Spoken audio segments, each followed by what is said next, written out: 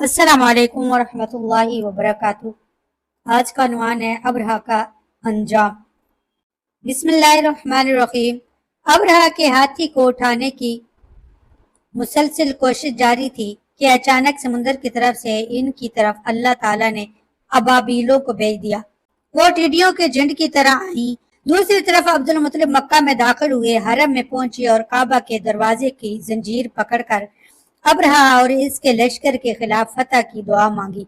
इनकी दुआ के अल्फाज ये थे, ऐ अल्लाह, ये बंदा अपने काफिले और अपनी जमात की हिफाजत कर रहा है, तू अपने घर यानी बैतुल्लाह की हिफाजत फरमा।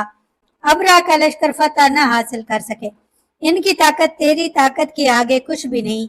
आज सलीब कामयाब ना हो। सलीब का लफ्ज इसलिए बोला कि अब्रहा ईसाई था और सलीब को ईसाई अपने निशान के तौर पर साथ लेकर चलते हैं। अब उन्होंने अपनी कौम को साथ लिया और हिरा पहाड़ पर चढ़ गए, क्योंकि इनका ख्याल था कि वो अब्रहा का मुकाबला नहीं कर सकेंगे। और फिर अल्लाह ताला ने परिंदों को झुंड के झुंड भेज दिए। ये परिंदे चिड़िया से कदरे बड़े थे। इनमें से हर परिंदे की चोंच में पत्थर के 3-3 टुकड़े थे। ये पत्थर परिंदों ने अब्रहा के लश्कर पर गिराने शुरू किए। जो ही ये पत्थर इन पर गिरे, उनके टुकड़े टुकड़े हो गए, बिल्कुल इसी तरह जैसे आज किसी जगह ऊपर से बम गिराया जाए तो जिस्मों के टुकड़े उड़ जाते हैं। अब्रहा का हाथी महमूद अलबत्ता इन कंकरों से महफूज रहा, बाकी सब हाथी तहस नहस हो गए। ये हाथी 13 आदत थे, सब के सब खाए हुए नहुसत के मानद हो गए। जैसा कि सूरह फील में आता है, अब्रहा और इसके कुछ साथी तबाही का यह मंजर देखकर बुरी तरह भागे, लेकिन परिंदों ने इनको भी ना छोड़ा। अब्रहा के बारे में तबकात में लिखा है कि इसके जिस्म का एक एक अज़ू अलग होकर गिरता चला गया, यानी वो भाग रहा था और इसके जिस्म का एक एक हिस्सा अलग होकर गिर रहा था। दूसरी तरफ अब्दुल मुत्तलिब इस इंतजार में थे कि कब हमला होता है, लेकिन हमला आवर जब मक्का में दाखिल ना हुए तो वो हालात मालूम करने के लिए नीचे उतरे। मक्का से बाहर निकले, तब उन्होंने देखा सारा लश्कर तबाह हो चुका है। खूब मालो गनीमत इनके हाथ लगा, बेशुमार सामान हाथ आया। माल में सोना चांदी बेतहाशा था। लश्कर में से कुछ लोग ऐसे भी थे जो वापस नहीं भागे थे, ये मक्का में रह गए थे। इनमें अब्रहा के हाथी का महावत भी था, जो महमूद को आगे लाने में नाकाम रहा था। हमारे नबी हजरत मोहम्मद सल्लल्लाहु अलैहि वसल्लम इस वाक़या के चंद दिन बाद पैदा हुए। आप जिस मकान में पैदा हुए वो सफा पहाड़ी के करीब था। हजरत काब रजी अल्लाह ताला अन्हु रिवायत करते हैं कि मैंने तौरात में पढ़ा था कि रसूल अकरम सल्लल्लाहु अलैहि वसल्लम की पैदाइश मक्का में होगी।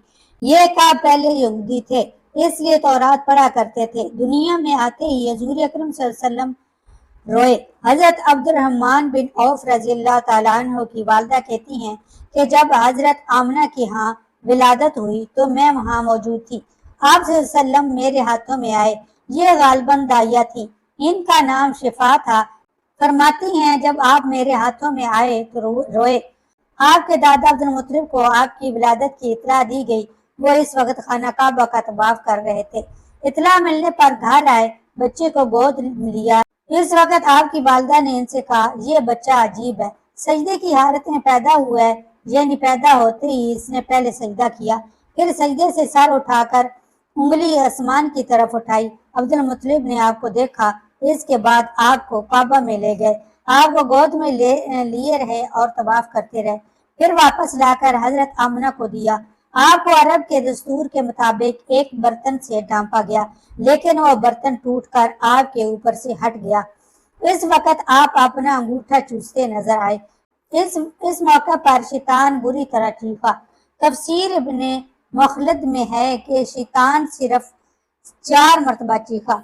पहली बार इस वक्त जब अल्लाह ताला ने इसे मालूम ठहराया, दूसरी बार इस वक्त इसे जमीन पर उतारा गया, इस वक्त चीखा जब हज़रत सल्लल्लाहु अलैहि वसल्लम की पैदाइश हुई, और चौथी मरतबा इस वक्त चीखा जब नबी करीम सल्लल्लाहु अलैहि वसल्लम पर सूरह फातिहा नाजिल हुई। اس موقع پر حضرت حسان بن ثابت رضی اللہ تعالی عنہ کہتے ہیں، میں 8 سال کا تھا، جو کچھ دیکھتا اور سنتا تھا اس کو سمجھتا تھا۔ ایک صبح میں نے یثرب میں یعنی مدینہ منورہ میں ایک یہودی کو دیکھا، وہ ایک اونچے ٹیلے پر چڑھ کر چلا رہا تھا۔ لوگ اس یہودی کے گرد جمع ہو گئے اور بولے، کیا بات ہے، کیوں چیخ رہے ہو؟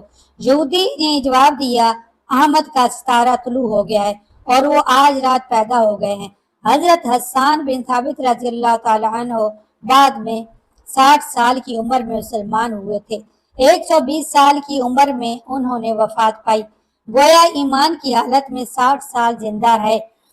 بہت اچھے شاعر تھے، نبی کریم صلی اللہ علیہ وسلم کی اپنے اشعار میں تعریف کیا کرتے تھے اور دشمنوں کی برائی اشعار میں بیان کرتے تھے۔ غزوات کے موقع پر اشعار کے ذریعے مسلمانوں کو جوش دلاتے۔ اس بنیاد پر انہیں شاعر رسول کا خطاب ملا تھا۔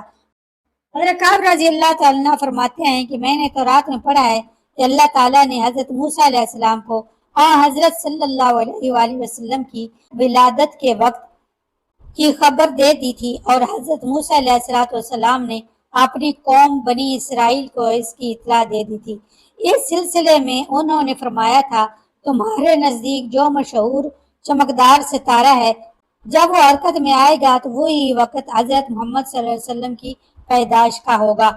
یہ خبر بنی اسرائیل کے علماء ایک دوسرے کو دیتے چلے آئے تھے، اور اس طرح بنی اسرائیل کو بھی حضرت صلی اللہ علیہ وسلم کی ولادت کا وقت یعنی اس کی علامت معلوم تھی۔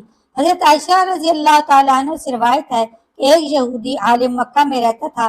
جب وہ رات آئی تھی جس میں حضرت صلی اللہ علیہ وسلم پیدا ہوئے تو وہ قریش کے ایک مجلس میں بیٹھا تھا۔ اس نے کہا، کیا تمہارے ہاں آج کوئی بچہ پیدا ہوا ہے؟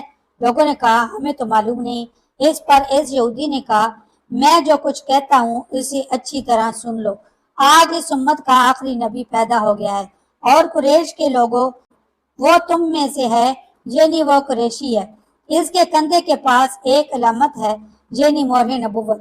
اس میں بہت زیادہ بال ہیں، یعنی گھنے بال ہیں، اور یہ نبوت کا نشان ہے، نبوت کی دلیل ہے۔ اس بچے کی ایک علامت یہ ہے کہ وہ 2 رات تک دودھ نہیں پیے گا۔ ان باتوں کا ذکر اس کی نبوت کی علامات کے طور پر قرآنی کتب میں موجود ہے۔ علامہ ابن حجر نے لکھا ہے کہ یہ بات درست ہے، آپ نے 2 دن تک دودھ نہیں پیا تھا۔ یہودی عالم نے جب یہ باتیں بتائیں تو لوگ وہاں سے اٹھ گئے۔ انہیں یہودی کی باتیں سن کر بہت حیرت ہوئی تھی۔ جب وہ لوگ اپنے گھروں میں پہنچے تو ان میں سے ہر ایک نے اس کی باتیں اپنے گھر کے افراد کو بتائیں۔ عورتوں کو چونکہ حضرت آمنہ کے پاس بیٹا پیدا ہونے کی خبر ہو چکی تھی، اس لیے انہوں نے اپنے مردوں کو بتا دیا، ذرا چل کر مجھے وہ بچہ دکھاؤ۔ لوگ اسے ساتھ لیے حضرت آمنہ کے گھر کے باہر آئے، ان سے بچہ دیکھنے کی درخواست کی۔ آپ نے بچے کو کپڑے سے نکال کر انہیں دے دیا۔ لوگوں نے آپ کے کندھے پر سے کپڑا ہٹایا۔ یہودی کی نظر جو ہی مہر نبوت پر پڑی، وہ فوراً بے ہوش ہو کر گر پڑا۔ اسے ہوش آیا تو لوگوں نے اس سے پوچھا، تمہیں کیا ہو گیا تھا؟ جواب میں اس نے کہا، میں اس غم سے بے ہوش ہوا تھا کہ میری قوم میں سے نبوت ختم ہو گئی، اور اے قریشی، اللہ کی قسم، یہ بچہ تم پر زبردست غلبہ حاصل کرے گا اور اس کی شہرت مشرق سے مغرب تک پھیل جائے گی۔ سبحان اللہ۔